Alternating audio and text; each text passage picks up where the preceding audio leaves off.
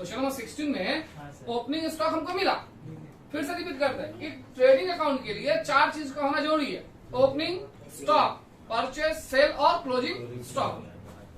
Departmental में separate होना भी जरूरी है कि हर एक डिपार्टमेंट है क्या। बट इस क्वेश्चन में, क्वेश्चन नंबर 16 में क्या दिख रहा है हम लोगों को? परचेज तो है, सबका यूनिट है, बट सबको मिला करके उसका प्राइस 1 लाख है। डिपार्टमेंट वाइज नहीं है, तो यहां भी फंस के नहीं बैठा पाएंगे। आगे का स्टेटमेंट पढ़े तो उसमें ओपनिंग स्टॉक का यूनिट तो है, प्राइस है ही नहीं, तो यहाँ यूनिट तो बैठेगा नहीं, यहाँ तो प्राइस बैठेगा। ठीक है। सेल का यूनिट भी है, प्राइस भी है। सेल का यूनिट भी है, प्राइस भी, तो वो आराम से बैठ जाएगा इंटू कर करके। अब पूरा सवाल में क्लोजिंग स्टॉक का ना यूनिट है ना प्राइस है, ना यूनिट है ना। क्लियर है? अब समझिए, ट्रेडिंग अकाउंट में ओपनिंग स्टॉक, परचेज और क्लोजिंग स्टॉक ये हमेशा आप लोग बचपन से जानते हैं कॉस्ट में मेंटेन होता है। किसमें मेंटेन होता है? कॉस्ट में। हालांकि हम लोग बचपन में पढ़े हैं कि कॉस्ट और net realisable value whichever is lower, दोनों में जो लोअर हो। लेकिन यहाँ नेट रियलाइजेबल वैल्यू का कोई मीनिंग है ही नहीं, तो उसके बारे में बात करना ही नहीं है। मतलब कॉस्ट में मेंटेन होगा। किसमें मेंटेन होगा? तो किसी भी तरीका से अगर हम पर यूनिट कॉस्ट कैलकुलेट कर ले, क्या कैलकुलेट कर ले, तो मेरा सवाल बन जाएगा। पहला बात समझ में आया? मतलब मेरा मोटिव कहां चला गया? पर यूनिट कॉस्ट पे। कहां चला गया? चलिए, तो जो इन्फॉर्मेशन है पहले उसको तो बैठा लें। सेल तो है पूरा कंप्लीट, यूनिट भी है, रेट भी है, तो बाय सेल लिख लेते हैं। लिखते चलिए आप लोग, by sale question number 16। By sale unit भी है और रेट भी है, इंटू कर करके बोलो। 1020 यूनिट है और रेट है इसका कितना हो रहे? 20,400। सेकंड का इंटू करो, यूनिट और रेट। यूनिट है 1920 और रेट है 22 रुपया 50 पैसा। कितना है बोले? नेक्स्ट, यूनिट है 2496, रेट है 25। कितना बोले? 624। ये सिर्फ हम बैठा पाए, इसके अलावा हम कुछ भी नहीं बैठा पा रहे। नहीं बैठा पा रहे। इस सेंटेंस को लास्ट वाला, इस क्वेश्चन के लास्ट में एक सेंटेंस है, वो बता रहा है क्या कि डिपार्टमेंट जो भी है मेरे पास, डिपार्टमेंट का नाम क्या है? एबीसी है। डिपार्टमेंट जो भी है मेरे पास, हर एक डिपार्टमेंट का जीपी रेट जो है ना वो सेम। हर एक डिपार्टमेंट का जीपी रेट क्या है? यूनिट वाला कैलकुलेशन के सम्स में आप अक्सर पाओगे कि जीपी रेट हमेशा सेम ही होता है, क्योंकि अलग अलग जीपी रेट रहेगा, ये क्वेश्चन बहुत लंबा बन जाता है और उतना लंबा आप लोगों में है नहीं। तो जीपी रेट सेम है, इसका मतलब हो गया कि कहीं ना कहीं, ध्यान से समझिएगा, मेरा मोटिव है कॉस्ट प्राइस निकालना। क्या निकालना है मोटिव? कॉस्ट प्राइस निकालने के लिए आपके पास सेलिंग प्राइस था, हर एक यूनिट का सेलिंग प्राइस था। सेलिंग प्राइस में से जैसे ही प्रॉफिट को माइनस कर देंगे तो कॉस्ट प्राइस आ जाएगा, क्योंकि हम लोग पढ़े ना COGS equal to sales minus GP. यानी सेल में से जैसे हम जीपी को माइनस कर देंगे तो मेरा कॉस्ट प्राइस आ जाएगा। तो मेरा एक कॉस्ट प्राइस आने से मेरा कितना प्रॉब्लम सॉर्ट आ जाएगा समझिए। ओपनिंग स्टॉक को यूनिट से मल्टीप्लाई करके अमाउंट बन जाएगा, परचेज का यूनिट से मल्टीप्लाई करके अमाउंट बन जाएगा, फिर बचेगा क्लोजिंग स्टॉक। उसको फिर कैसे निकालेंगे वो देखते हैं, राइट ना। मतलब मेरा पहला मोटिव हो गया कॉस्ट प्राइस। अब कॉस्ट प्राइस निकालेंगे कैसे? मेरे पास सेल चाहिए और कॉस्ट चाहिए, सेल चाहिए और COGS चाहिए। सेल में से जब COGS को माइनस करेंगे तभी जीपी होगा। सेल है अपने पास, सेल प्राइस है अपने पास, सेल नहीं बोलेंगे क्योंकि ये यूनिट अलग होता था। सेल प्राइस है अपने पास, किसी भी तरह से हमको जीपी निकालना है, राइट। तो कंपैरिजन हमेशा सिमिलरिटी में होता है, अलग अलग चीज में नहीं होता है। जब सिमिलर होगा ना, अगर तुमसे कोई पूछे कि 5 आदमी को देखे, 2 गधा को देखो तो कितना आदमी हुआ, तो बोलेगा 7। नहीं, क्योंकि वो सिमिलर नहीं है, उसको हटा दोगे ना। तब तुमसे कोई पूछे कि 5 आदमी को देख, मतलब 5 बॉयज को देखे, 2 गर्ल्स को देखा, बोलो कितना आदमी था, तो बोल दोगे 7, क्योंकि सिमिलर है ना, ह्यूमन बीइंग से दोनों। तो सिमिलरिटी हमेशा सेम में होता है, राइट। अब ध्यान से देखिए, मेरे पास कॉस्ट किसका? परचेज यूनिट का। कॉस्ट किसका है? 1 लाख रुपया, तो परचेज यूनिट का कॉस्ट है। अगर उसी परचेज यूनिट का हम सेल निकाल लें, क्या निकाल लें? तो सेल आ जाएगा सेम यूनिट का, अब परचेज प्राइस आ जाएगा सेम यूनिट का। सेल में से परचेज प्राइस माइनस कर देंगे, जीपी आ जाएगा, हाँ ना। नोट में जाइए, लेकिन कैलकुलेशन फॉर हेलो, हाँ कौन बोल रहे हो? कौन कॉल कहाँ किया? कॉल हो सकता है गलती से चला गया। चलिए देखते हैं अभी। सर, हाँ सर यहाँ पे बोले 1 लाख रुपीज पूरा अमाउंट है वो तो देखो, सिर्फ ए 2000 बी सी ये तीनों का जो यूनिट है, इस तीनों का टोटल कॉस्ट है 1 लाख रुपए। तो फिर सर 2000 में क्यों लिखा हुआ है 2000 में? अरे कवर ऐसे नहीं हो पाया है, बात समझे? समझ में आया? क्लियर है? अब कहने का मतलब मेरा ये हुआ कि तीनों का कॉस्ट है इतना। अब जिस यूनिट के लिए कॉस्ट है, अगर उसी यूनिट का हम सेल निकाले तो मेरा काम खत्म है। तो देखिए हम निकालते हैं। Note number 1, calculation for sir GPM. बोलो।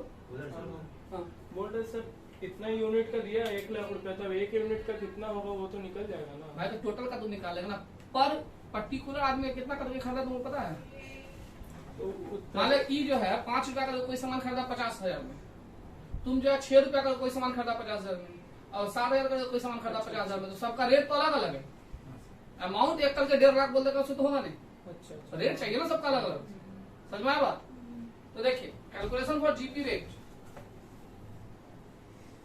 राइट साइड में रुपये का कॉलम, ध्यान से। सबसे पहले हम सेल्स लेते हैं। सेल्स डिपार्टमेंट ए का, डिपार्टमेंट कोई घबराएगा नहीं, बी का, और डिपार्टमेंट सी का। देखिए ये जो सेल हम लेंगे तो माइंड में कहीं ना कहीं आ रहा है ना कि सेल यूनिट भी है, रेट भी है, वो वाला तो सब लिखे ये वाला ले लेंगे। नहीं, ये वाला नहीं लेंगे। हम सेल लेंगे जिसका परचेज प्राइस है, तो परचेज प्राइस इसका उसी का ना सेल होना चाहिए। सिमिलैरिटी होगा तभी तो जीपी निकलेगा।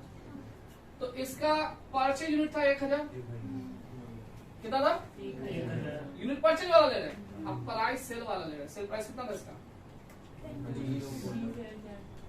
प्राइस पूछ रहे हैं, प्राइस रेट 20, ठीक है। इसका परचेज यूनिट था 2000, इसका प्राइस कितना था? ठीक है। इसका परचेज यूनिट था 2400 है क्या? देखो तो इसका प्राइस है, मतलब यूनिट ले रहे हैं परचेज वाला और रेट ले रहे हैं सेल वाला, क्योंकि हमको उस यूनिट का सेल प्राइस है जिस यूनिट का मेरे पास परचेज है। समझ में आया बात? इंटू करो 20,000, 45,000 और 60,000 ना, 1,25,000। हाँ बिकॉज तक तो जान नहीं रहा, पहले जीपी रेट था ना फर्स्ट। 1,25,000 हो गया। इसमें से हम लेस कर देंगे, लेस सीओजीएस।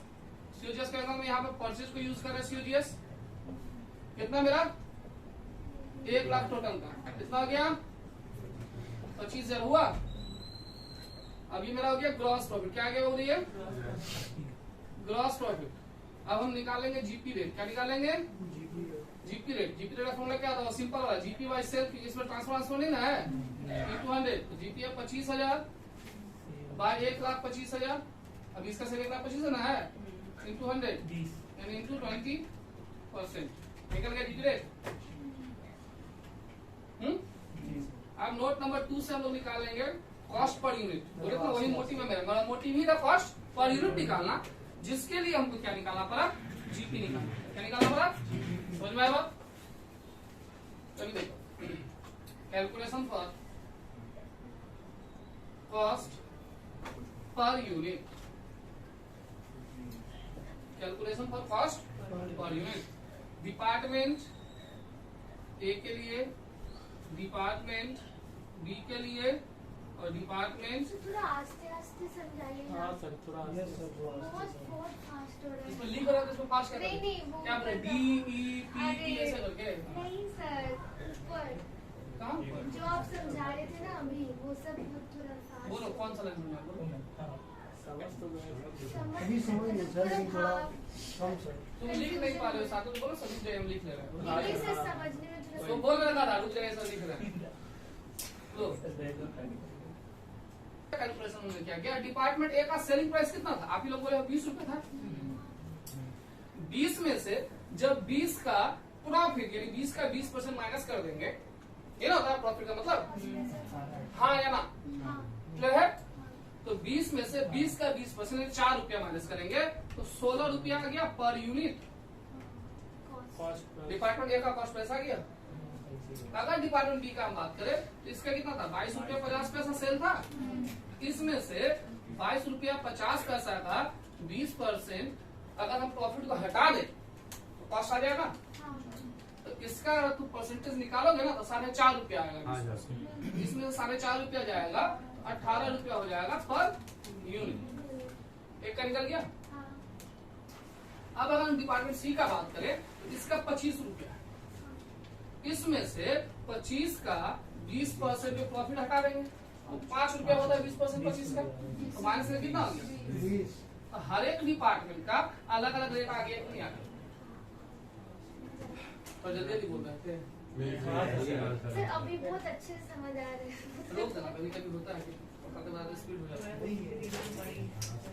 देखो डांटेंगे लेकिन बताएंगे। मेरा आधा काम हो गया, मालूम है कैसा?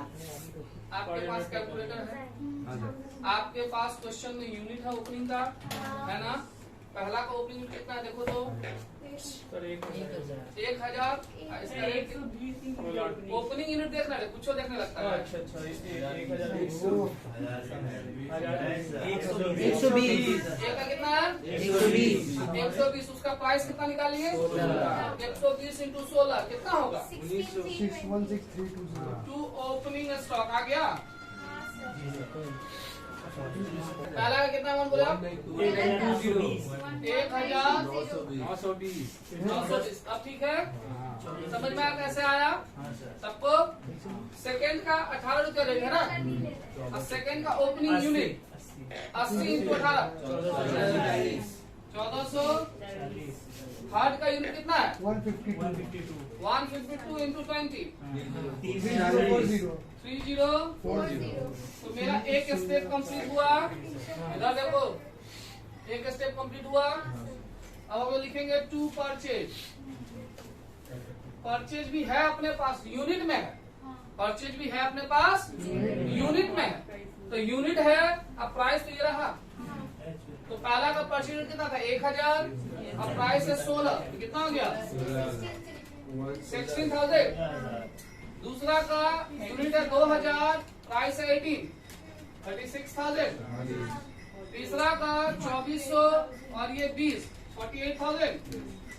परचेज भी निकल गया। अब ट्रेडिंग में एक चीज का कमी है जिसके बिना ट्रेडिंग नहीं बन सकता, क्लोजिंग स्टॉक। उसके बिना ट्रेडिंग नहीं बन सकता। देखो ओपनिंग नहीं रहेगा तो चलेगा, लेकिन क्लोजिंग रहेगा। तो ध्यान से देखिए, हम यहाँ लिख लेते हैं पहले by closing stock, by closing stock. अच्छा प्राइस तो है अपने पास, अब वो भी तो कॉस्ट में ही होता है। प्राइस अब यूनिट ही नहीं है, इसका तो हमको यूनिट निकालना पड़ेगा, है ना? अगर यूनिट मिल जाए तो प्राइस तो है, इंटू करके बैठा देंगे। तो वो देखो यहीं पे रेशियो का चीज वो डाल दिया, थोड़ा सा रेशियो वाला कैलकुलेशन यहाँ पे डाल दिया। आप लोग को याद होगा यूनिट कैलकुलेशन या कॉस्ट का बोल सकते हैं। कॉस्ट में यूनिट कैलकुलेशन का एक फॉर्मूला होता था जिससे unit is equal to opening plus purchase minus closing. वहां से निकालेंगे, है ना? तो नोट करते हैं, note number calculation for closing stock unit. अब देखो यहाँ पर सीधा क्लोजिंग स्टॉक के फॉर्म में फॉर्मूला को लिख रहे हैं। Closing stock is equal to opening stock plus purchase और माइनस सेल, ठीक ना? डिपार्टमेंट ए के लिए डी सी है ना, डिपार्टमेंट ए का ओपनिंग यूनिट, राइट ना? कौन सा यूनिट बोले? ओपनिंग का आप लोग बोलिएगा ना, कितना था थोड़ा बोलो। 120। इसका परचेज था 1000, है ना? और सेल है इसका, सेल देखो 1020 इक्वल टू करे कितना निकला? 100 यूनिट। देखो तो निकल गया। दूसरा का अगर बात करें, इसका ओपनिंग कितना था बोले? 80। इसका परचेज था 2000 और सेल कितना है? 1920। 160 यूनिट। इसमें कोई दिक्कत? इसका ओपनिंग कितना था? 152। इसका परचेज है 2400 और सेल है 2496। 54। 56। ठीक से बोलो। 56 यूनिट, है ना? यूनिट आ गया। ये तो है ना, रेशियो बोले आप कॉस्ट बोले, वहीं से आया है। ये रहा रेट, वो रहा यूनिट। है ना? थोड़ा कैलकुलेट चला दो सुजन। पहला का 100 है ना, 100 इंटू 16 1600। दूसरा का 160 इंटू 18। सुजन बोल रहा देख लेना। हाँ दिखा नहीं बोलो तो पूरा है। ओके देखो 11 सवाल कंप्लीट, फॉर्म्स कंप्लीट। अब क्या करेंगे? सिर्फ जीपी निकालेंगे, पीएल इसमें नहीं है। 22,000 टोटल है इसका। इसका इसको अगर ऐड करेंगे तो लास्ट पर लिख लीजिए 46 लास्ट में बोलो 6352 6352 एक्स्ट्रा कॉस्ट में होता है 46080 46080 उधर से 22,000 100 कितना होता है 46080 और 63520 माइनस करो। ग्रॉस प्रॉफिट सीडी 8640 सेकंड का कितना हो गया? 8640 सेकंड का हाँ 8640 फर्स्ट का बोलो 4080 थर्ड का बोलो 1240 आंसर मैच कराओ। सवाल कंप्लीट। इसको सर बीडी कर लेना। बीडी नहीं करेगा, पीएल नहीं बनाना है।